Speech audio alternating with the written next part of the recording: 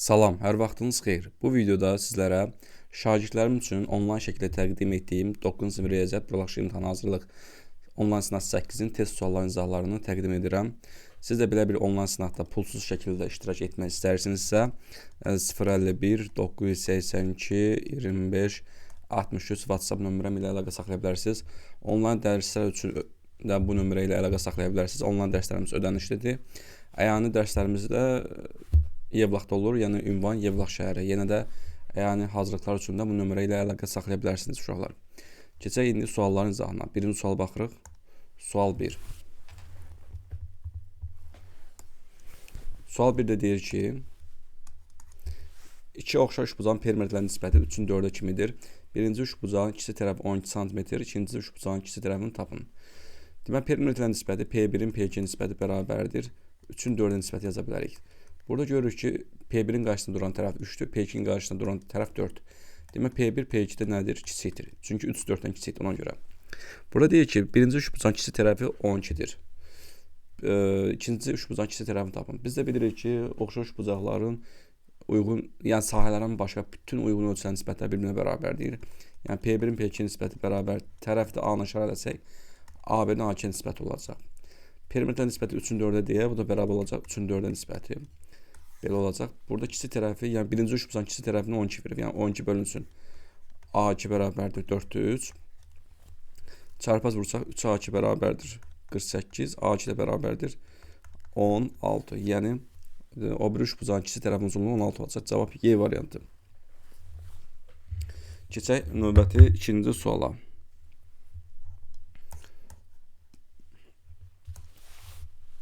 İkinci sualı üçbucaq çəkiblər. Biz də üçbucağı böyük təsvir edək. Bir dəqiqə. Belə.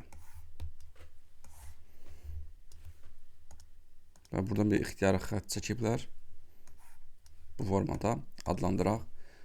A, Y, B, F, C. ABC üçbucağının YF xətt çəkilmişdir. Bucaq BF YF bərabərdir. Bunu özü verir bucaqların bərabərliyini. Sonra yazıb ki, AC 15-dir. AC tərəfi bura 15-dir. BC 9-dur. BC uzunluğu 9-a bərabərdir.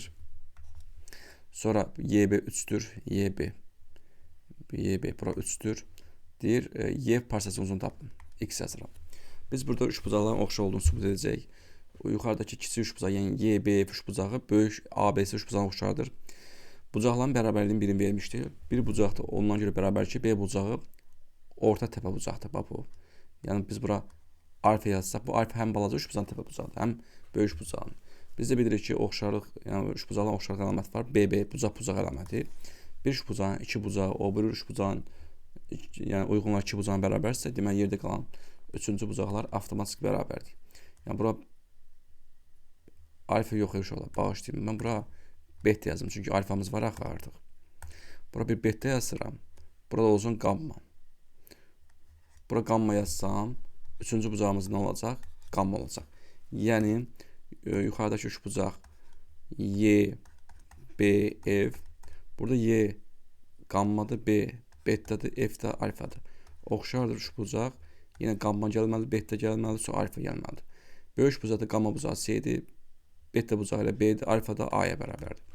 Biz də bilirik ki, oxşar bucaqlarda bərabər bucaqların qarşısında duran tərəflərin nisbətləri bərabərdir. Birinci biz yuxarıdakı üçbucaqda alfa bucağını görə yazsaq, yuxarıdakı üçbucaqda görürük ki, alfa bucağının qarşısında duran tərəf 3-dür. Böyük bucaqda alfa bucağının qarşısında duran tərəf isə 9-dur. Bizə lazım X tapmaq. Sonra beta bucağını görə yazsaq, yuxarıdakı üçbucaqda beta bucağının qarşısında duran tərəf X-dir. İki üçbucaqda beta bucağının qarşısında duran tərəf 15-dir. Burada çarpaz vursaq 9x bərabərdir 45-ə. X-ə bərabər olacaq 5-ə. Cavab, yəni Y variantı. Keçək üçüncü suala. Paralel köçürmə x ştirik bərabər x plus 7, y ştirik bərabərdir y çıxsın 7 düsturları ilə verilmişdir. Bu paralel köçürmə zamanı A -3 4 nöqtəsi hansı nöqtəyə köçər? Bilmirəm, yazıram A ştirik, x ştirik, y ştirik nöqtəsindən. Bu x, y-dir. Elə burada düstura verib. Demək, x-y almaq üçün x-in üstünə 7 gəlməliyik. Buna əsasən x-y bərabərdir. X-in yerinə yazıram -3. -3 üstünə 7 gələn edəcək 4. Y-dir o şəkildə. Y-in yerinə yazıram 4. 4 çıxsın 7 olacaq -3. Deməli, 4 -3 nöqtəsini keçəcək. 4 -3, 4 -3 A bəndi. Keçək 4-cü sualımızın izahına. 4-cü sual yazıb ki, A5, 7 nöqtəsinə y bərabər -x düz xətti nəzərən simmetri olan nöqtəni tapın. Biz də bilirik ki, y bərabər -x düz xəttin simmetri olmadan söhbət gedirsə, burada koordinatlar həm yerini dəyişir, həm də qarşıya mənfi atılırıq. Olur -7, -5. -7, -5 D variantı. Yəni, düsturları əzbər bilmək lazımdır. Düstur deyən. Keçək 5-ci suala. Paralel köçürmə zamanı A3-2 nöqtəsi B2-3 nöqtəsini keçibdir. Bu paralel köçürmə zamanı C3-1 nöqtəsi hansı nöqtə keçər bilmirəm, yazıram D-XY nöqtəsindən. Biz burada sxematik təsvirə əsasən belə yazacaq. Sonraki nöqtənin uyğun koordinatdan başlanğıc nöqtənin uyğun koordinatını çıxacaq. Elə bil ki. Bax, bunlar x ifadə edir, bu y. X, y. X, y. X-in x-i çıxacaq, y-in y. O zaman D-nin x-indən çıxırıq C-nin x-inin. X çıxsın 3 bərabərdir. Yuxarıda da B-nin x-indən 2-dən çıxırıq A-nın x-inin 3-ü. Sonra D-nin y-dən çıxırıq C-nin y-nin 1-i. Sonra B-nin y-dən, yəni 3-dən çıxırıq A-nın y, yəni 2-nin. Və salam tənliklə qururuq. X çıxar 3 bərabərdir -1. X bərabərdir -1 üstəgəl 3. X bərabərdir müsbət 2. Y çıxsın 1 bərabərdir 1. Y bərabərdir 2. Deməli, D nöqtəsi koordinatı olacaq 2, 2 nöqtəsi. Cavab B variantı. 5-ci sualın cavabı B. Keçək 6-cı suala. 6-cı sualın şəklini gəlin iri planda çəkək. Deməli, burada düz bucaq. Bucaq B 90 dərəcəsə, demək bu özü düz bucaqdır.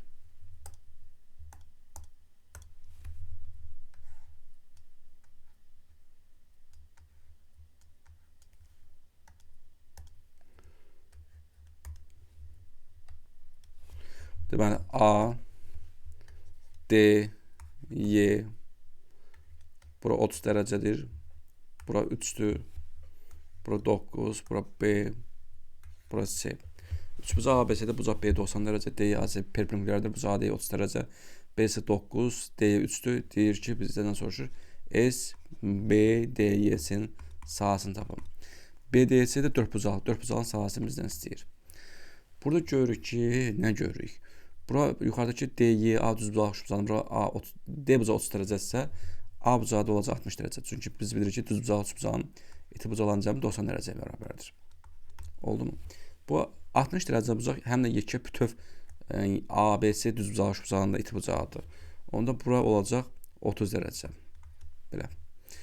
Bura gələk elə, burada nəyə iş görəcək? Bax, bizə lazım BDS. Biz deməli burada nəyə iş görməliyik? Bu 4 bucaqlı, yəni BDS 4 bucaqlının sahasını tapmaq üçün böyük düz bucaq bucağın sahasından kiçik düz bucaq bucağın sahasını çıxmalıyıq. Balaca düz bucaq bucaqda biz bilirik ki 60 dərəcə bucaq qarşısında katet, 30 dərəcə bucaq qarşısında katetin kötü üstündə bərabərdir. Demək 30-un qarşısında duran katet 3 bölünsün kötü olmalıdır ki 60-ın qarşısında duran katet onun kötü misli, yəni 3 olsun. Və bilirik ki 30 dərəcə bucaq qarşısında katet hipotenuzun yarısına bərabərdir. Düzdür, bizə hipotenuz burada önəmli deyil. Bu qalsın. Ona bu üç bucağın sahəsini, yəni S3 bucaq D, Y, A'nın sahəsini necə taparam? Düz bucaq bucağın sahəsi nəyə bərabərdir? Katet sahəsinin yarısına. 2 dəbiri qabağa çıxadaram. 2 dəbir vurulsun. 3 vurulsun. 3 bölünsün kökdə 3. Bu da bərabər olacaq. Deməli 2 kökdə 3-də 9. Məxrəci irrasionalını azad eləsəm 9 vurulsun. Kökdə 3 bölünsün. 2 kökdə 3 vurulsun. Kökdə 3. Məxrəci olacaq. 2 vurulsun 3. Yuxarıda alınacaq. 9 vurulsun kökdə 3. Onu 9'un 3'ü çarparsam 1, 3. Yəni 3 kökdə 3 bölünsün 2 alınacaq. Yəni bir sözlə S3 bucaq deməli D, Y, A bərabər olacaq 3 kökdə 3 bölünsün 2. Bu belə. Sonra gəldi yekə üç bucağı. Yekə üçbucaqda da nə baş verəcək? Hə, burada da yekə üçbucaqda 60 dərəcə bucaq qarşısından katet 9-dur. 30 dərəcə bucaq qarşısından katet də buradır. Biz də bilirik ki, yəni 60 dərəcə bucaq qarşısından katet 32 dərəcə bucaq qarşısından katetin götürücüsünə bərabərsə, deməli bura olacaq 9 bölünsün götürücü. 9 bölünsün götürücü lap irrasional tanzad eləsək, bəri başdan. 9 vurulsun götürücü bölünsün götürücü vurulsun götürücü. Bu da bərabər olacaq 9 götürücü bölünsün 3. İxtisar gedəcək qalacaq 3 götürücü. Yəni bura siz 3 götürücü də yaza bilərsiniz. Və 30 dərəcə bucaq qarşısında və salonda hazırdır da. Onu bu böyük düzbucaq üçbucağın sahəsi S üçbucaq ABC bərabərdir katil ağzının yarısına. 9 vurulsun 3 götürücü bölünsün 2. Bu da olacaq 27 götürücü bölünsün 2. Onda S BDYS'nin sahəsini tapmaq üçün böyük üçbucağın sahəsindən, yəni 27 götürücü bölünsün 2-dən çıxırıq 3 götürücü bölünsün 2-nin. Bu da olacaq 24 götürücü bölünsün 2. 2'ye bölsəm, o da olacaq 12 götürücü. 12 götürücü. Yəni cavab olacaq C variantı. Maraqlı sualdır. İnşallah ki, başa düşdünüz izahı. Keçək 7-ci suala.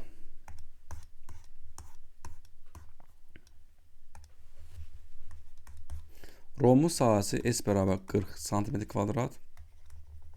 Diagonalların uzunluqları cəmi 18-dir. Yəni D1 üstəgələ D2 bərabərdir 18. Onun tərəfini tapın. Romun tərəfi yəni A bərabər sual işarəsi. Deməli, Romun sahəsinin diagonallar bağlı sahə düsturu necədir? Diagonallar hasının yarısına bərabər. D1 vurulsun D2 bölünsün 2-yə bərabər. O da bərabər 40-a. O zaman D1 vurulsun D2 də bərabər olacaq 42 vuranı 80 edir.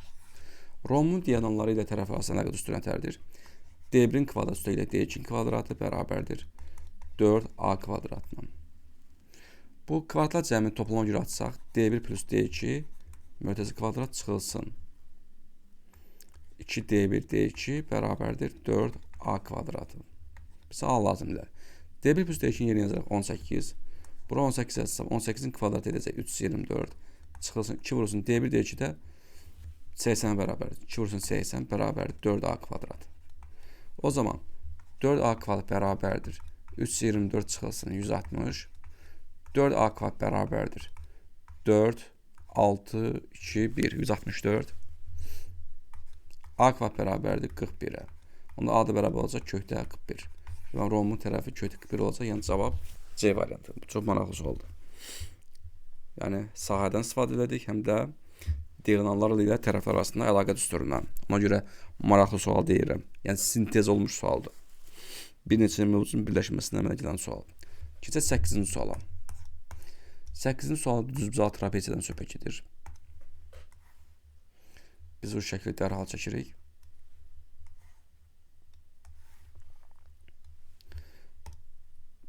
Bura 90 dərəcə təbii ki.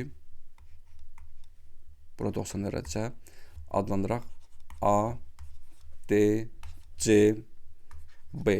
Bura 8, bura 8, bura 120 dərəcə. C bucağı 120 dərəcə olmaq kənarına yazacağım. D, S, A, B, C-dən tapı. Trapesiyanın sahəsini istəyir bizdən. Trapesiyanın sahəsində biz bilirik ki, S, A, B, C-də trapesiyanın sahəsi. Oturacaqlar cəmi ilə bura hündürlük yazsam. Hündürlük hasının yarısına bərabərdir. Belə. Biz burada hündürlük çəksək.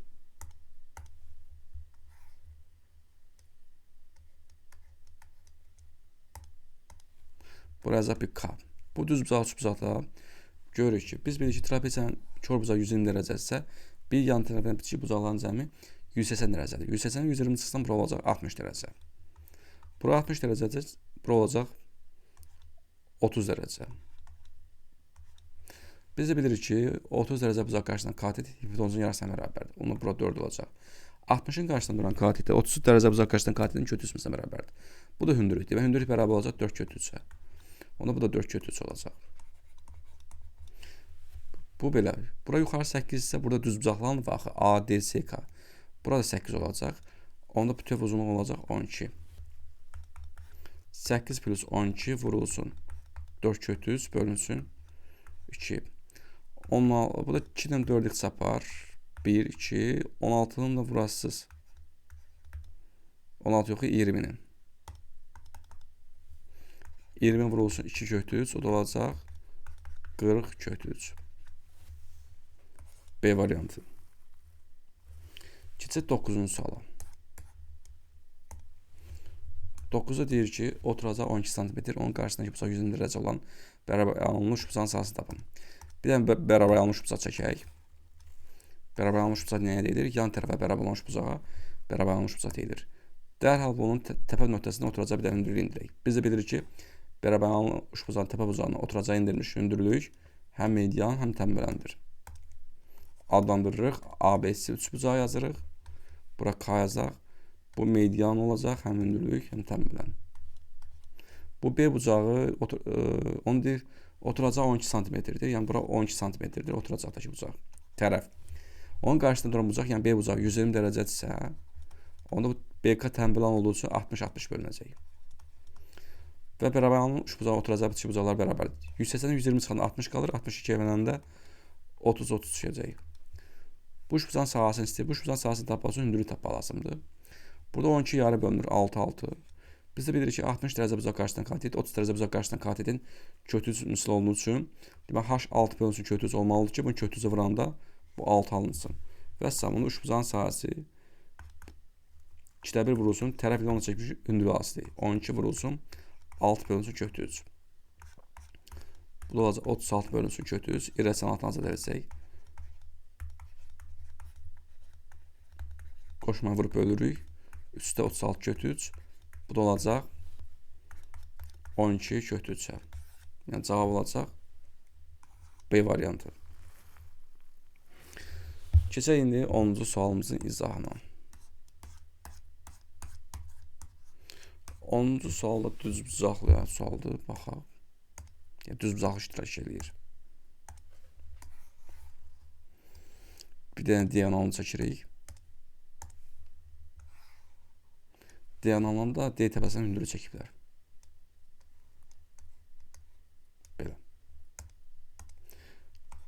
A, D, C, B, F, 9, 16. Deyir, ABC'də düz bucaqlıdır. AF 9, B, F 16, D, F, AC perpendikulardır. S, ABC'ni tapın. Yəni düz bucağın sahəsini istəyir bizdən. Bu düz bucaq üçbucağı olur. Görürsünüz ki, ADC üçbucağı düz bucaq üçbucaqdır. Bu da DF düz bucaq təpəsindən hipotenuza çəkmiş hündürlükdür. H yazıram bura. H-ın necə düsturu var? Düz bucaq üçbucaqdır. Biz bilirik ki, hündürlüyün kvadratı, yəni hipotenuza çəkmiş hündürlüyün kvadratı hipotenuzun bölündüyü hissələrin hansına bərabərdir? Ona H da bərabər kök altında 9 vurulsun. 16, buradan 3, buradan 4 çıxır. H da bərabər olacaq 12-yə.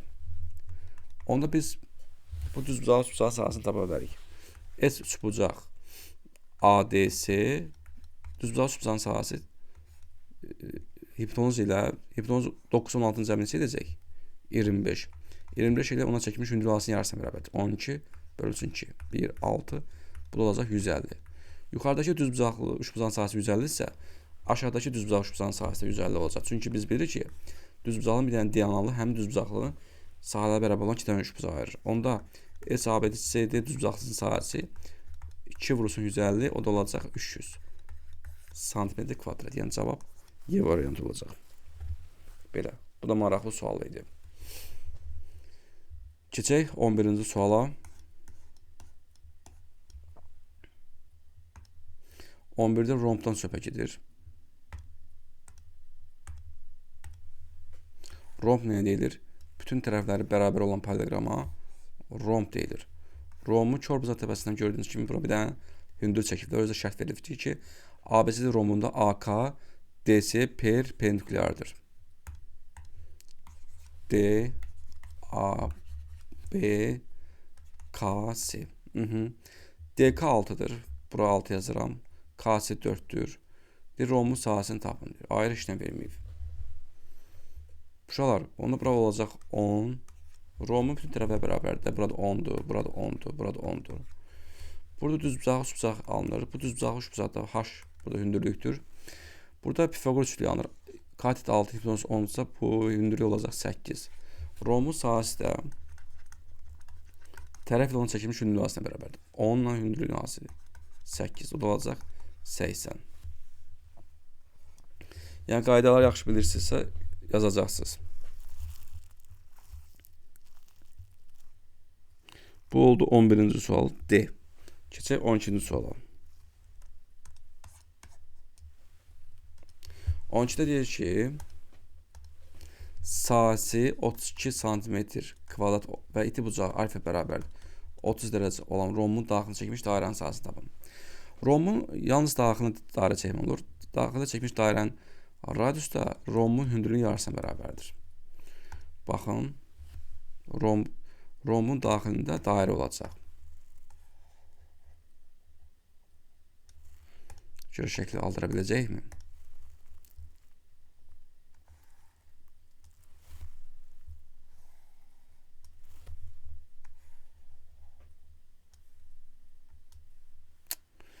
Bir dəqiqə.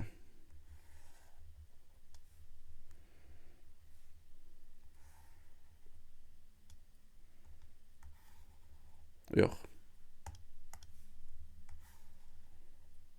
Oxşadı. Bu çıxıntılar silək. Bizə mane olmasın. Bax, bu bizim rombumuz. A, B, C, D rombu. Bu iti bucağı 30 dərəcədir. Bu toxunma nöqtələrini belə birləşdirsək, bu toxunma nöqtələrini birləşdirən parça həmişə bu dairənin, yəni çevirən mərkəzindən keçir. Həmişə. Və bunlar da radius olur. Radius da biz bilirik ki, toxunma nöqtəsində perpendikulyardır. Çevrə daxildə olanda onun radiusunun 2 yerinə işarə edirlər.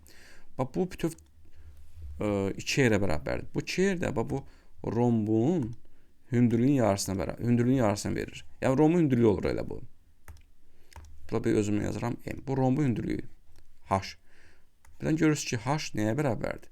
Bu məsafəyə bərabərdir. Bu da H-da, yəni H 2 yerə bərabər olduğu üçün R də bərabər olur H bölünsün 2-yə.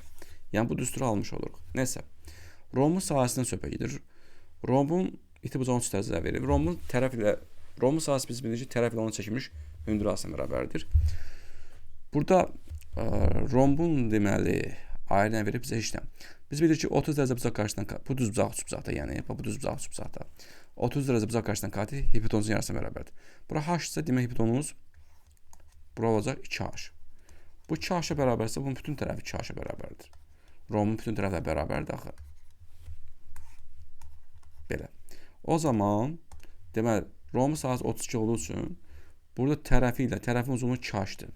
H da 2H ilə ona çəkilmiş hündürlük hadisi H bərabər olacaq 32-yə. Deməli 2H kvadratı 32-yə bərabərdirsə H kvadrat bərabər 32 2-yə böləndə 16 düşür. H da bərabər olacaq neçə? 4. Dairənin sahəsi üstü S bərabər pi R kvadratdır. R-i tapmaq üçün də gətirib H-ın yerinə 4 qoysa 4 bölünsün 2, kiçik yerdə bərabər olacaq 2-yə. Radiusu tapdıq 2. Buna pi vurulsun 2-nin kvadratı bərabər olacaq 4pi. Yəni cavab B variantı. Yəni bu da özünə görə çox fərqli sualdır. Yəni bu sualı çox bəyənirəm. Bu sual yaza bilirsinizsə, demək asan suallar sizin üçün daha asan olacaq. Keçək 13-cü suala. 13-cü sual çevirə aid sualdır və rahat sualdır. Burada gördüyünüz kimi bu diametrdir, mərkəzdən keçir. Burada belə bir üçbucaq yaradıblar. B, A, C. Bu mərkəz O nöqtəsidir. Burada alfa. Deyir şəkildə O çevirən mərkəzdir. AB AC bərabərdir. AB AC bərabər imiş. Bucaq ABC yəni alfanı tapın. Bu diametrə söykənən bucaq biz bilirik ki 90 dərəcə olur həmişə. Yəni A bucağın bir ayağı B-nin üzərindədir, bir ayağı Z-nin üzərindədir. Deməli diametrə söykəndiyi üçün bu 90 dərəcə olacaq. Özdə bu bərabərli düz bucaq üçbucaqdır. Bərabərli düz bucaq üçbucağın kaditləri 45-45 olur. Və yəni alfa 45 dərəcə olacaq. 13-də cavab C. Keçək 14-də. 14 də çevirə aid sualdır. Xüsusi seçmişəm bu sualları. Deməli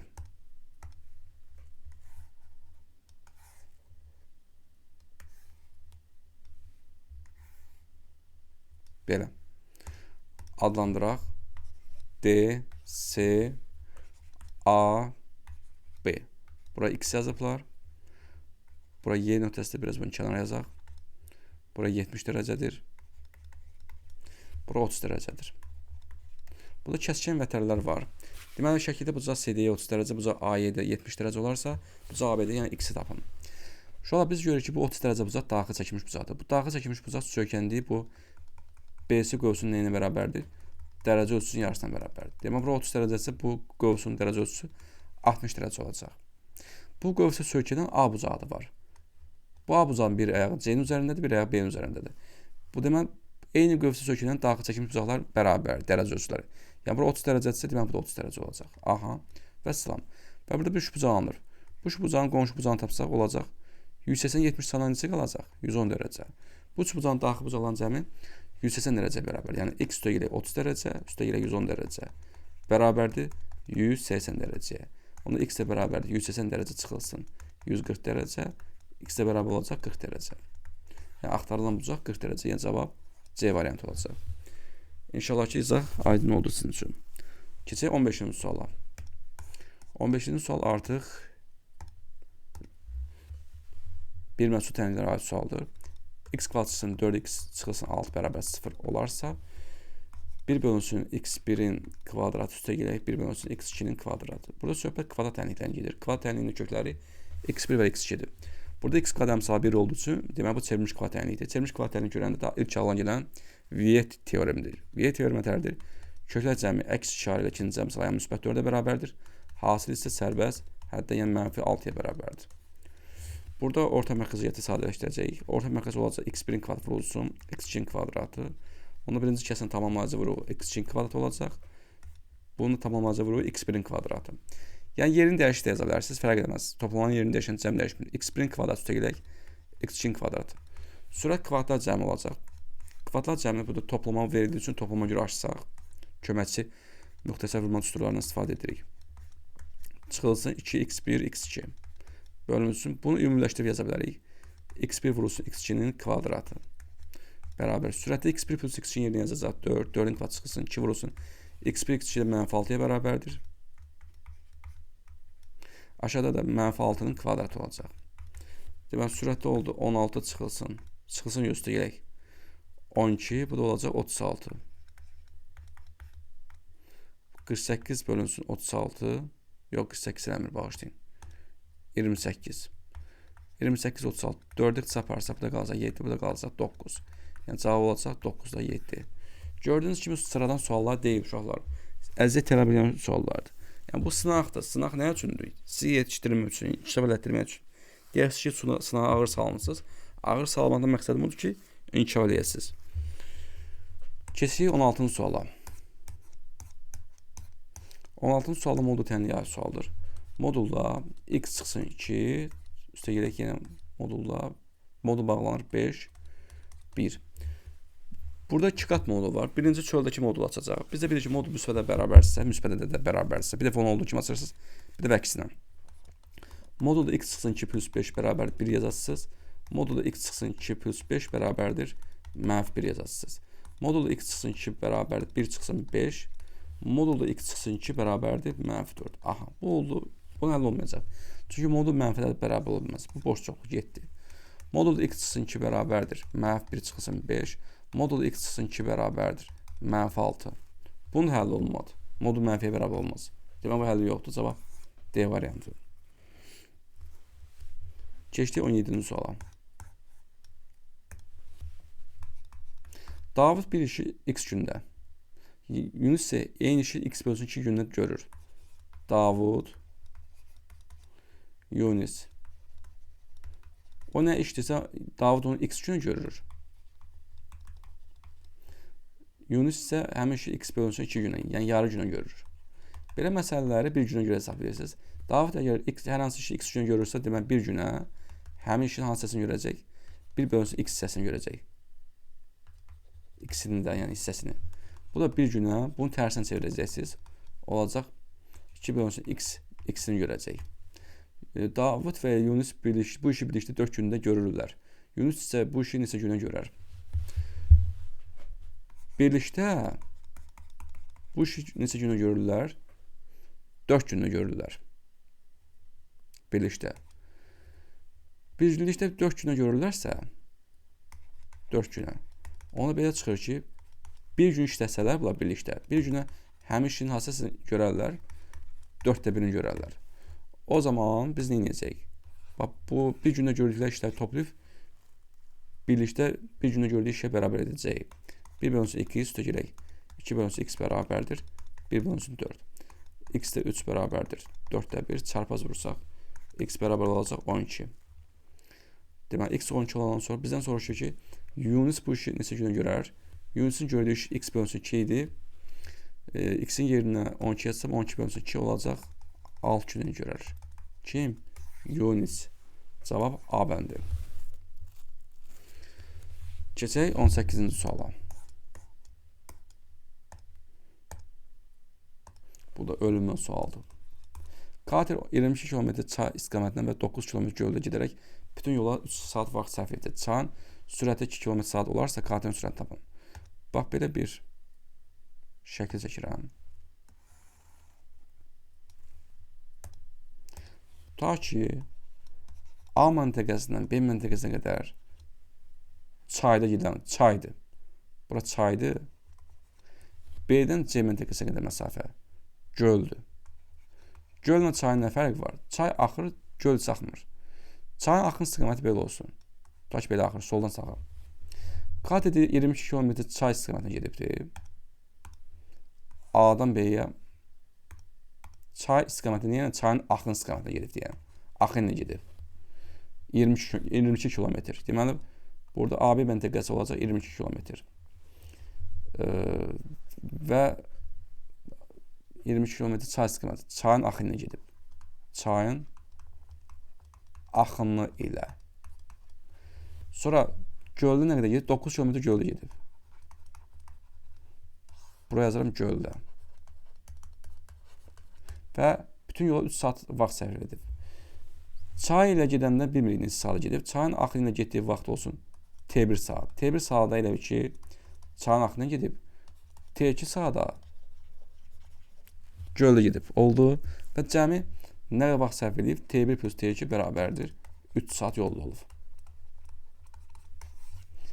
Çayın sürəti V çay yazaq. 2 km bölünsün saatdir. Katerin sürətini istəyir. V kater bərabər suala. Bizim müqəddəs düsturumuz var. Müqəddəs düsturumuz nədir? V vursun T bərabər S. Yəni sürət zamanında gedən yola bərabərdir. Bu düsturu bir çayın axını ilə getdiyi yol üçün sərf edəcək. Çayın axını ilə. Bir də göldə gedən hal üçün sərf edəcək. Yəni istifadə edəcək. Kater göl belə deyək, çayın axını gedirsə, katerin sürəti ilə çayın sürət toplanır. Çünki ona çay kömək eləyir. Vurulsun T bərabər S olur. Göldə gedəndə isə kater öz gücünə gedir. Göl ona təsirlənmir. Çünki göl axmır, durğun sudur. Ona V-nin yerinə yazacaq V kater vurulsun. Bu da çayın axını getdiyi zaman T1'dir deyə bura T1 yazaq. Göldə getdiyi zaman isə T2 deyə zaman bu T-nin yerinə T2 yazaq. Bərabər S. V kateri axtarır. V kater üstə ilə çayın sürətini veribdir 2. T1'i bilmirik. S-də getdiyi yolda 22 km-dir. Çünki çay ilə gedəndə yol nədir? 22 km-dir. Burada T1 tapsa T1 bərabər olacaq. 22 bölünsün. V kater üstə gələk 2. Burada V kater T2 bərabər S-dir. V kateri axtarıq ilə. V kater vurulsun T2 bərabər. Göldə getdiyi yolda 9 km-dir. 9'a bərabər edirik. T2'də bərabər olacaq. 9 bölünsün V kater. Burada V kater müvəqqəti olaraq x desək. Onda belə olacaq. Burada T1 plus T2 3'ə bərabər idi axı. T1'in yerinə yazacaq bax bunun. 22 bölünsün V kater plus 2'dir. Amma V katerin yerinə x yazmışıqsa x plus 2 yazacaq. Niyə elə yazırıq? Rahat şəkildə həll edə biləyik. T2'nin yerinə yazacaq. 9 bölünsün V kater. V katerin yerinə x yazıram. 9 bölünsün x. Bərabər olacaq neçəyə? 3'ə. Bundan sonra orta mərkəzi gətirib bunu həll edəcək. Yəni bu rasional təhlildir. Orta mərkəz olacaq x vurulsun x plus 2. Birinci kəsin tamamlayıcı vuruq x olacaq. İkincinin tamamlayıcı vuruq x plus 2 olacaq. Bu olacaq 22x üstə gələk 9x üstə gələk 18 bərabərdir 3-ə. Biraz da sadələşdirsək, sürət olacaq. 22 üstə 9 gələn neçə edir? 31x. 31x üstə gələk 18 bölünsün. X kvadrat plus 2x bərabər 3. 3-ün məxrəcən bir yazaq çarpaz vursaq. 3x kvadrat üstə gələk 6x bərabərdir 31x çıx üstə gələk 18. Hamısını sola keçirsək bu kvadrat nəyə gələcək? 3x kvadratı plus 6x çıx 31x çıx 18 bərabər 0. Burada 3x kvadratı 6x-dən 31x çıxana qalacaq. Mənfi 25x çıx 18 bərabər 0.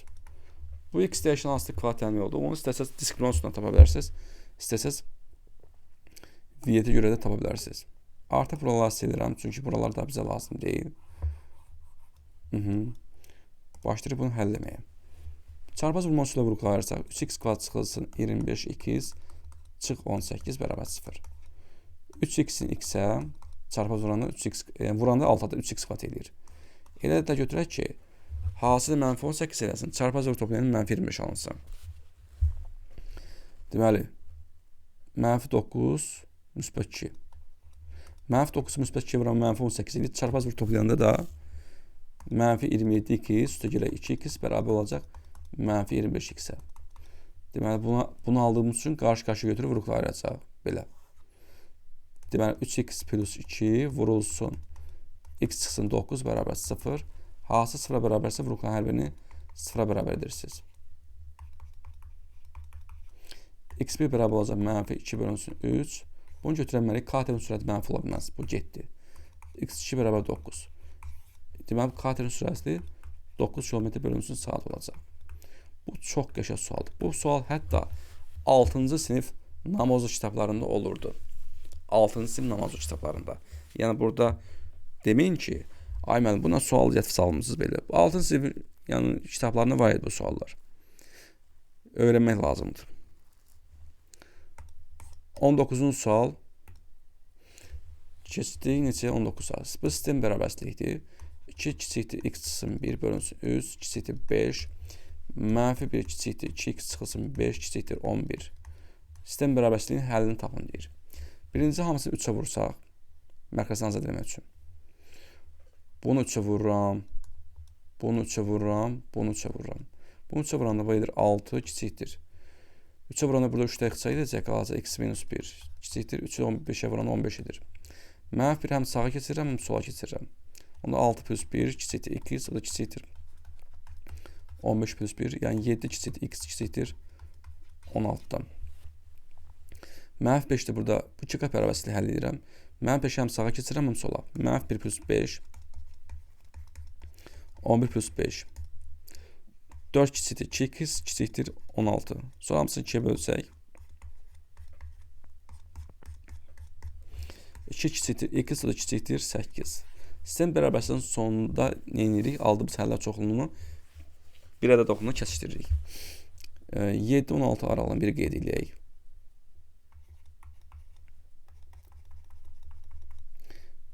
2-8 aralığını bir qeyd edək. Bunların kəsişdiyi yer olacaq 7-8 aralığı. Demək, x kiçik olacaq 8-dən, böyük olacaq 7-dən. Yəni, cavab A bəndi. Belə. Bu da 19. Keçək 20-ci suala. Bərabərsizliyə aid sualdır. Bərabərsizliyin ödəyən neçə natural ədəd var? 2x çıxılsın 8 bölünsün. X çıxsın 2 kiçik bərabər 0. Bu kəsr rasional bərabərsizlik. Niyə? Çünki məxrəcdə x dəyişən hansı ifadə var. Kəsr rasional bərabərsizliyi də intervallar üsulu həll edirlər. Burada kəsri müvəqqəti olaraq 0-a bərabər kimi baxsaq, kəsr 0-a bərabərsə, deməli sürət 0-a bərabər olmalıdır. Amma məxrəc heç vaxt 0 olmaz. Yəni məxrəc 0-dan fərqli olmalıdır. 2x bərabər 8, x də bərabərdir 4. Bu da x2 də fərqlidir 2-dən. Ədəd ox çəkib intervala ayıracaqsınız. 2-yə boş dairə qoyursunuz, 2-ni ala bilmir. Amma 4 götürəcəyik. Çünki burada bərabərlik var. 4 daxil olmalıdır. 2 fərqli olduğu üçün daxil ola bilmir. Burada uşaqlar sizə bir sir deyim. Burada kəsr rasional bərabərsizlikdə iştirak edən x dəyişənlər əmsalan müsbətdirsə belə, sağda birinci müsbət gələcək. Sonra növbələşir. Mənfi, sonra müsbət olur. İkisi bərabər 0 olduğu üçün mənfi aralı götürəcəksiniz. Yəni x daxil olacaq. 2 daxil deyil, 2-dən 4-ə qədər 4 daxildir. Bu aralıqda neçə naturaliti var? 3, bir də 4. Neçə dənə oldu? 2 dənə. Cavab B variantı. Keçək 21-ə. X kvadrat çıxılsın. X kiçikdir 6 bərabərçiliyi neçə tam ədəd var? Bu da kvadrat bərabərçiliyidir.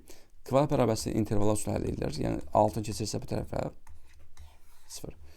Burada çevrilmiş kvadratına kimi baxsaq, köklər cəmi müsbət 1-ə bərabər olmalıdır. Hasil isə mənfi 6-ya bərabər olmalıdır. O da olacaq müsbət 3, mənfi 2. Ədəd ox çəkim intervalları ayırırsaq, mənfi 2 daxil deyil, çünki burada bərabərlik yoxdur. 3 də daxil deyil. Burada iştirak edən ən böyük dəyişən, x dəyişən, dərəcəsi ən böyük olan dəyişən hansıdır? X kvadrat. Onun əmsalı nədir? Müsbət. Deməli, birinci sahada müsbət gələcək. Mənfi, müsbət. İkisi 0 olduğu üçün mənfi aralı götürəcəksiniz. Yəni, x daxil olacaq, mənfi 2, 3 aralığı. Burada deyil, neçə tam ədəd var bu aralıqda? Mənfi 1 var, 0 var, 1 var, 2 var. 3, 4 dənə. Cavab D variantı. Bu da standart sualdır. Bu sual bilmirsinizsə imtihana getməyin. 22-ci sual. Bərabərsini həll edin və onun ən kiçik müsbət tam həllini tapın. Modulda 5 çıxsın 2x böyükdür 1.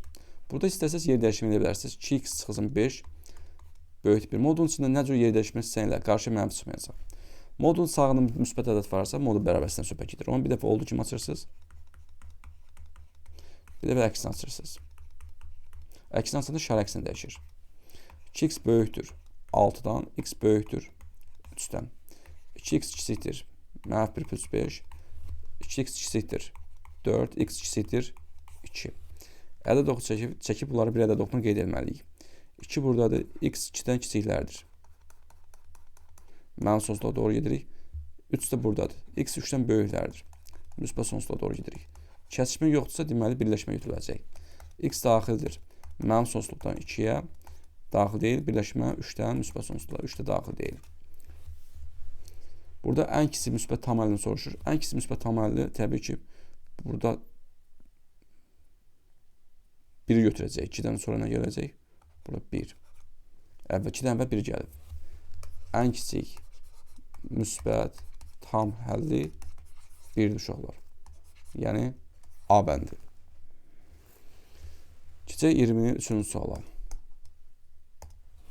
Deməli, A 1 tam 10 idi, B 0 10 olarsa, A kvadrat üstə gələ 2AB üstə gələ B kvadrat çıx 4. İfadəsinin qiymət tapın. Bu görsəniz ki, müxtəsər vurma süturudur. Yəni, 2 ifadə cəmlik kvadratının açılışıdır. A-nın yerinə yazacaq 1 tam 7, B-nin yerinə yazacaq 0,13-ün kvadratı çıxılsın 4. Bu olacaq 2, 2-nin kvadratı çıxılsın 4, 4 çıxılsın 4, o da olacaq 0, yəni cavab Y variantı.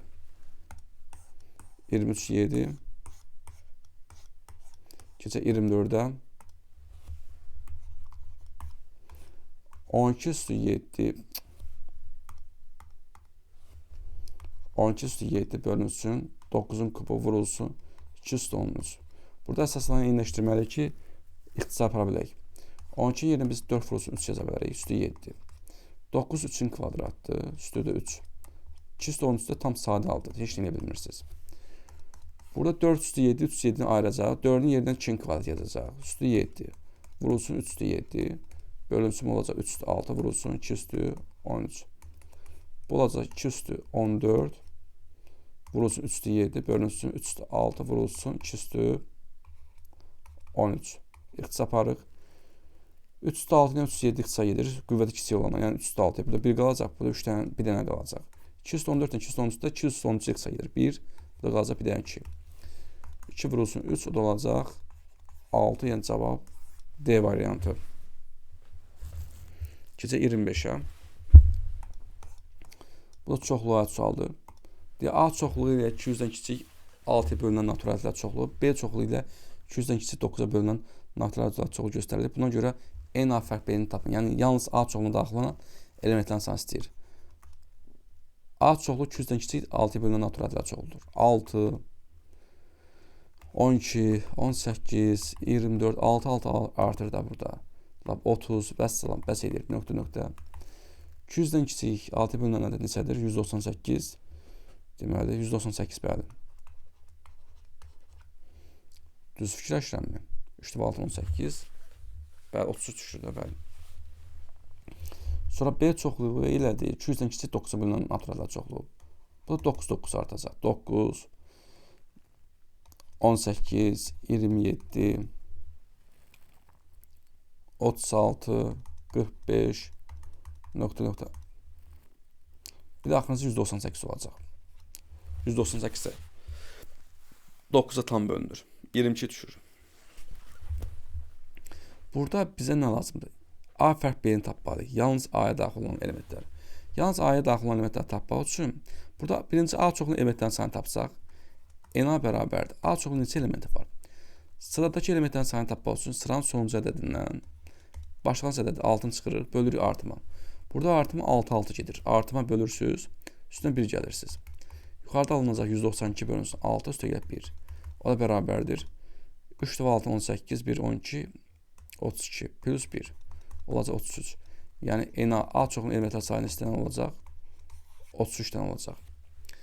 Bir də bunların kəsişməsi lazımdır. Ortaq element lazımdır. Həm 6-ya, həm 9-a bölünən ədəd ən kiçik ədəd neçədir? Yəni bunların əki bu. 18. Baxın, həqiqətən hər ikisinin 18 iştirak edib. Bir də burada 30-dan sonra burada 36 da gələcəkdir. Görürsünüz? Görürsünüz 36. Görün burada nə qədər ortaq element var. Deməli burada hər 18 addımdan bir ortaq qiymət çıxacaq. Hər 18 addımdan bir. Burada ayrıca bunu sıraya düşsək, deməli həm 6, həm 9-a bölünən ədədlər ayrıca sıraya düşsək, 18, 36, nöqtə, bir də 198 də bunların ortaq qiymətidir. Həm 6, həm 9-a bölünən ədəddir. 198-ə bölünəcək. Bu kəsişməni verəcək. Yəni bu N A kəsişmə B deməkdir. Bunların sayını tapsaq. 198-dən çıxıram. 18-ə bölürəm artıma. Artım 18 gedir. 18-ə bölürəm. Üstdən 1 gəlirəm. Bərabərdir. 180 bölünsün 18. Üstə gəlib 1. 10 plus 1 neçə edir?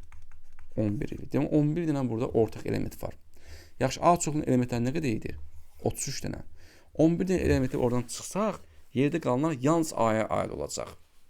Yəni bunlar aradan qaldırsaq, yerdə qalanlar yalnız A-nın elementi olacaq. Onda N A fərq B də bərabər olacaq. Ümumi A çoxluğunun elementləri sayı 33-dən çıxırıq. Ortaq olan elementlər 11 qalacaq 22 dənə. Yəni N A fərq B olacaq 22. Cavab C variantı. Bu da sizin 25-ci sualın izahı. İnşallah ki, bu sualın izahını tam aydın başa düşdünüz. Vəssalam, inşallah bu qədər. Qeyd etdiyim kimi yenə deyirəm, belə bir onlayn sınaqda pulsuz şəkildə iştirak etmək istəyirsinizsə 051 982 25 63 WhatsApp nömrəm ilə əlaqə saxlaya bilərsiniz. Amma onlayn dərslərimiz ödənişlidir. Əyani hazırlıqlar üçün də ünvanımız Yevlax şəhəri. Sağ olun, Allah'a emanet olun.